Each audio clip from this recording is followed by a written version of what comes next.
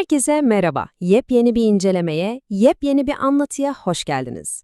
Bugün insanlık tarihinin belki de en köklü hikayelerinden birini masaya yatırıyoruz. Ama alışılmışın biraz dışında bir pencereden. Adem, yani biyolojik olarak yeryüzünde yürüyen kelimenin tam anlamıyla ilk tarihi birey miydi? Yoksa aslında hepimizi, yani tüm insanlığın o muazzam varoluşsal serüvenini temsil eden çok daha derin, kozmik bir sembol müydü? Binlerce yıldır teologların, filozofların ve antropologların zihnini kurcalayan bu devasa gizemi çözmek için kaynakların bize ne söylediğine yakından bakacağız. Hazırsanız başlayalım. Evet, konunun tam kalbine şu vurucu soruyla dalalım. Adem sadece ilk insan mı yoksa hepimiz miyiz? Kaynaklardaki bulguları şöyle objektif bir şekilde önümüze koyduğumuzda aslında bu figürün sadece bireysel bir karakterden çok daha fazlasına işaret ettiğini görüyoruz. Yani o aslında insan türünün fıtratını, o meşhur düşüşünü ve yeniden ayağa kalkışını anlatan devasa bir arketip. Bir düşünün, hikaye belki de doğrudan bizimle ilgili. Peki bu objektif incelemede yol haritamız nasıl olacak? Kısaca bakalım. 6 durağımız var. Önce ilk insan mı sembol mi diyeceğiz. Sonra kelime kökenine inip toprak ve insanlık ilişkisine bakacağız. Ardından felsefi bir okumayla insanın evrelerini, antropolojik ve tasavvufi temsilleri, mitolojik kökleri ve son olarak da kozmik kaderimizi konuşacağız. Dolu dolu bir içerik bizi bekliyor. Hemen birinci bölümle, yani İlk insan mı sembol mü tartışması ve demitolojizasyon kavramıyla başlıyoruz. Şimdi modern düşünürlerin kadim metinlere nasıl yaklaştığını anlamamız gerçekten çok kritik. Paul Tillich veya Muhammed Abduh gibi isimlere göre bu metinleri kelimesi kelimesine, yani harfi harfine okumak aslında asıl büyük mesajı, o derin varoluşsal anlamı kaçırmamıza sebep olabilir. İşte tam burada karşımıza demitolojizasyon diye bir kavram çıkıyor. Söylemesi biraz zor, evet, ama mantığı çok net. Bu yöntem, dini metinlerdeki o mitolojik veya sembolik kabuğu yavaşça soyup altındaki asıl insanlık durumunu ortaya çıkarma işlemidir. Yani cennet, yasak ağaç, yılan, bunlar haritada yerini bulacağımız coğrafi nesneler değil, insanın potansiyelini, iç çatışmalarını anlatan birer temsil. Geldik ikinci bölüme. Toprak ve insanlık. Kelime kökeni. Gelin Adem kelimesinin etimolojisine bir bakalım. Biliyorsunuz, antik dönemde isimler öyle rastgele, kulağa hoş geliyor diye verilmezdi. Doğrudan varlığın özünü tanımlardı. Bakın, burası çok ilginç. Akatça'da Adamu kelimesi kızıl toprak veya kan anlamına geliyor. Sonra bu kelimenin İbranice'ye adam olarak geçtiğini ve doğrudan insanlık, insanoğlu gibi kolektif bir tür ismi olarak kullanıldığını görüyoruz. Araştırmacılar diyor ki bu toprak ve insan ilişkisi kesinlikle bir tesadüf değil. Yani Adem ismi daha en başından beri tek bir şahsı değil, topraktan gelen tüm insan türünü ve onun yeryüzündeki ortak macerasını temsil etmek üzere kurgulanmış. Gerçekten inanılmaz bir detay. Üçüncü bölümde felsefi bir okuma yapacağız. İnsanın evreleri ve Muhammed Abduh'un analizi.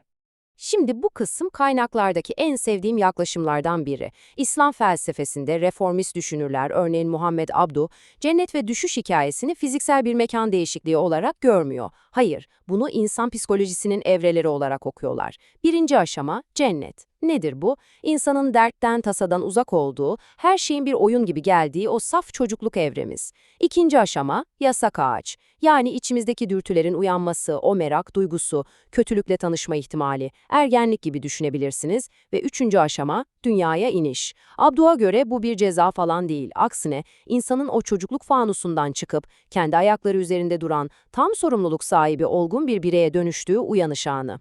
Tam bu noktada çağdaş düşünür Muhammed İkbal'in şu muazzam tespitine değinmeden geçemeyiz.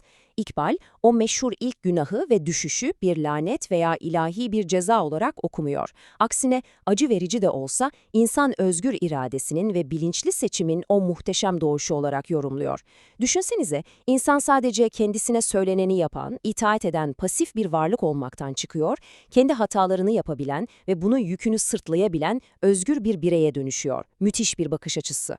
Dördüncü bölüme geçiyoruz. Antropolojik ve tasavvufi temsil, Ali Şeriati ve İbni Arabi'nin görüşleri.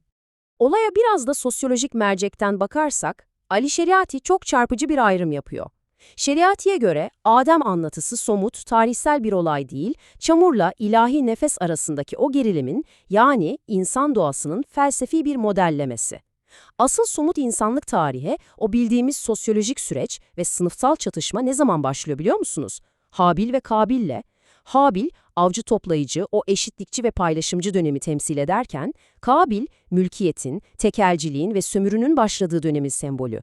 Yani tarih, asıl bu iki evrenin çatışmasıyla gerçek anlamda start alıyor.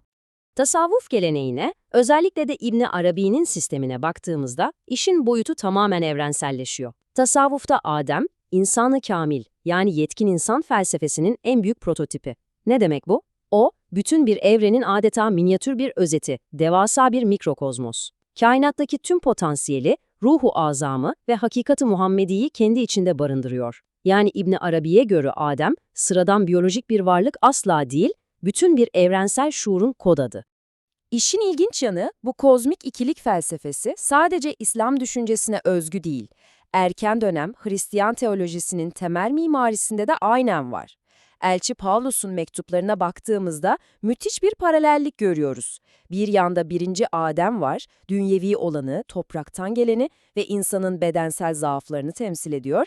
Diğer yanda ise İsa Mesih figürü üzerinden göksel ve ruhsal kurtuluşu sembolize eden ikinci Adem var. Her iki Adem figürü de aslında insan ruhunun çöküş ve kurtuluş dinamiklerini taşıyan birer taşıyıcı kolon gibi kurgulanmış.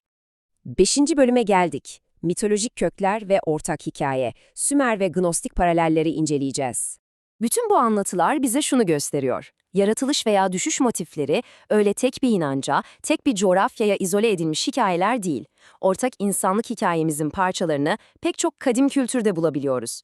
Mesela Sümerlerin meşhur Adapa efsanesini ele alalım. Adapa, tıpkı Adem gibi bir anlık hırsı yüzünden ölümsüzlüğü elinden kaçırıp faniliğe mahkum oluyor. Ya da Dilmun, hastalığın, yaşlılığın olmadığı o kadim Sümer cenneti. Bilgi ağacı ve yılan motifleri zaten Babil mühürlerinde açık seçik ortada. Sabiler dediğimiz Gnostik inançta ise ışık elçisi ilahi ruhu uyuyan Adem'e yerleştiriyor ve onun uyanışını sağlıyor. Kısacası bütün bu kültürler aslında isimleri değiştirerek insan ruhunun o aynı evrensel serüvenini anlatıyor. Ve 6. son bölümümüz kozmik kaderimiz. Peki tüm bu hikaye bize aslında ne anlatıyor? Şimdi, bütün o dil bilimsel analizleri, felsefi okumaları ve kadim mitolojileri yan yana getirdiğimizde o can alıcı gerçek bütün netliğiyle ortaya çıkıyor. Adem'in hikayesi binlerce yıl önce uzak bir geçmişte yaşanıp bitmiş tarihi bir olay değil. Hayır, bizzat bizim, sizin, benim, hepimizin kendi kozmik kaderidir. Düşüş, bizlerin her gün maddiyat ve bitmek bilmez hırslar dünyasına o gurbete çıkışımızı anlatıyor. Arınma ise içimizdeki o ilahi nefesi tekrar hatırlayıp asli vatanımıza dönme çabamızdır. Adem öyle sadece ilk insan falan değil. Dünyada düşen, kalkan, hata yapan ama bir şekilde yola devam eden hepimizin ta kendisi. Şöyle bir kendi hayatınıza bakın isterseniz. Siz bugün hangi yasak ağacın cazibesine kapılıyorsunuz? Ve o asli vatanınıza, özünüze dönmek için neleri feda etmeye hazırsınız? Kaynakların ışığında bu derin felsefi yolculuğa bizimle çıktığınız için çok teşekkürler. Bu anlatıyı beğenmeyi ve kanalımıza abone olmayı unutmayın. Her zaman olduğu gibi sorgulamaya devam edin. Bir sonraki incelemede görüşmek üzere, hoşça kalın.